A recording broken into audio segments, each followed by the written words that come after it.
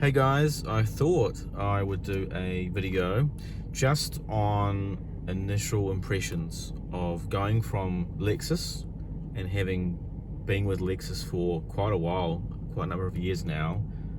I don't know, I think maybe 7 or 8 Lexus cars, and being pretty sold on their ethos, which is about simple, reliable, but luxury. To now switching to my first Mercedes.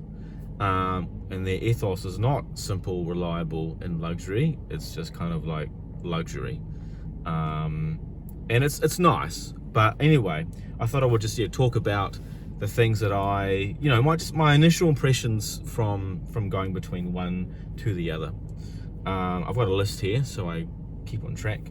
So I guess the first thing, pros. All right, so definitely the interior is way better. I mean, if you look at the switchgear here, all the knobs, they just feel so much nicer. This they call it, I think it's like a ash wood, open pore wood trim.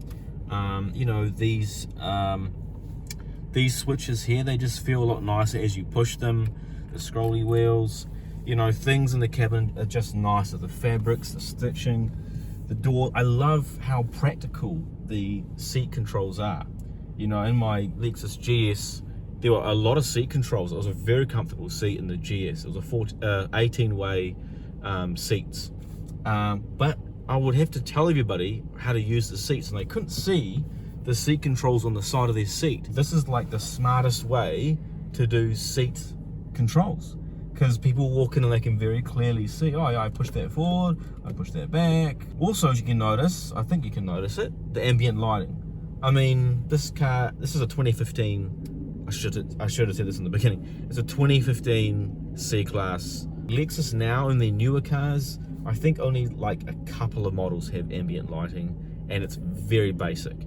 Whereas this has beautiful ambient lighting. The ambient lighting is so nice. It's kind of everywhere, all over the dash. You can see it behind this trim here, the sides, and the footwells, in the front and in the back. So the back passengers also feel like the part of the party. They're not just given all the cheap stuff in the back. So interior, hands down, goes to Mercedes. Now Lexus does have nice interiors as well, but this is just a whole nother level. Where Lexus would cheap out on a whole lot of buttons. Here they've really made an effort to make the buttons and all the touch points feel really good. There's a HUD. The HUD is really nice in this. Lexus cars do come with HUDs, and obviously the newer ones are better.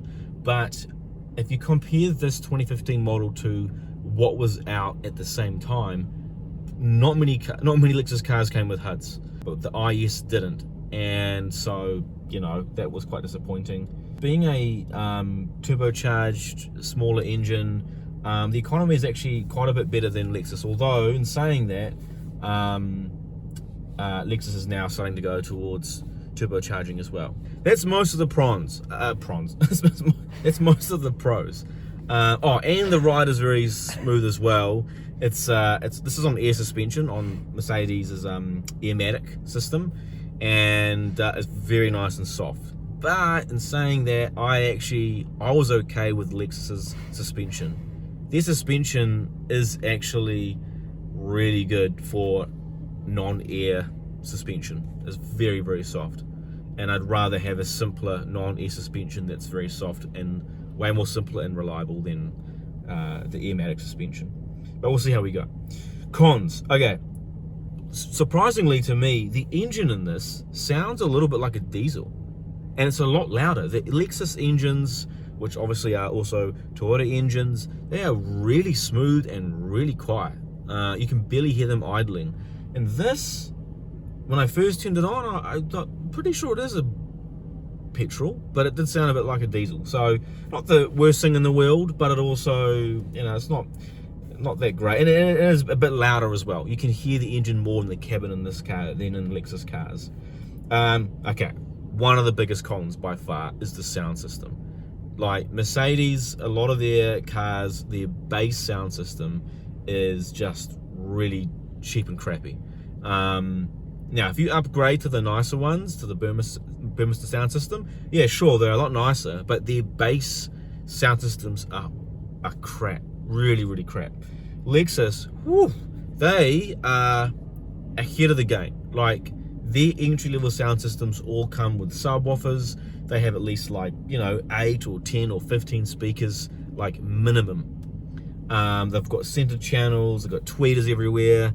Now, this bass sound system, I believe this has, like, I think 6 speakers, and there's not even any tweeters in the back. They've just got these tiny speakers in the back. I think they're like the same size as these, you know. And then this just has, I believe, these speakers here, they're tiny, and then tweeters in there, and then the world's smallest subwoofer apparently is near the footwell. Apparently. You wouldn't even know. The sub is essentially useless. I can barely hear it. So that is a massive con. I like my sound system, so I'm definitely going to have to do something about it. But that was, you know, I think Mercedes has such a high standard in the interiors, but they've dropped the ball on their sound systems, at least for their bass sound systems. Lexus, their bass ones sound great, and then their Mark Levinson ones sound amazing. But the bass one, not so great. Right, it's got a, you know, Mercedes cars come with these eco start-stop things that, you know, the engine turns off when you're parked up, and it's kind of interesting. You know, it's a way to save, you know, gas, of course, but I actually don't really like it. I always turn it off, and the reason why I turn it off is that it doesn't last very long. Keeping the engine off, it comes back on pretty quickly, and the problem is that I'm usually in a lot of very slow start-stop traffic. So you're sitting in your traffic jam, the car's stopped, engine turns off, and then you move forward about half a meter, and it's on again, and then it's off again, and then you move forward another half meter, it's on and off again, and then you go for another 2 meters, and you're off again, and it just goes on and off and on and off, and you're like, I don't know if this is good for the engine or not. But at least with Lexus cars, they have hybrids, and the hybrids make sense. When you're in start-stop traffic, it's purely electric, and then it kicks on again. But the engine, I find, the start-stop thing, it turns on and off so much, and it just gets kind of annoying. So that's not, and it doesn't save much petrol at all. When you idle, you use barely any petrol. So it's not really that, you know, I'd rather have a simpler system that is cheaper to maintain, it isn't an expensive part, and I'd rather leave my engine idling. Obviously another con is reliability. It's quite funny, I just saw the latest 2022 Consumer Reports reliability scores came out. Lo and behold, Lexus and Toyota are number 1 and number 2. They're the top 2. And the bottom of the list, which I think is like 30 or 32, is Mercedes-Benz. Now, I heard from people that out of all the Europeans, Mercedes aren't actually too bad. Yes, their maintenance costs, their running costs are a bit higher, but in terms of reliability, they're not apparently as bad as Audi, BMW. But we'll wait and see how this car goes. That's definitely a con. You'll see as we go with this car how good or bad the reliability really is. Another big con is that these cars, the base models, come with nothing. I think you even have manual seats.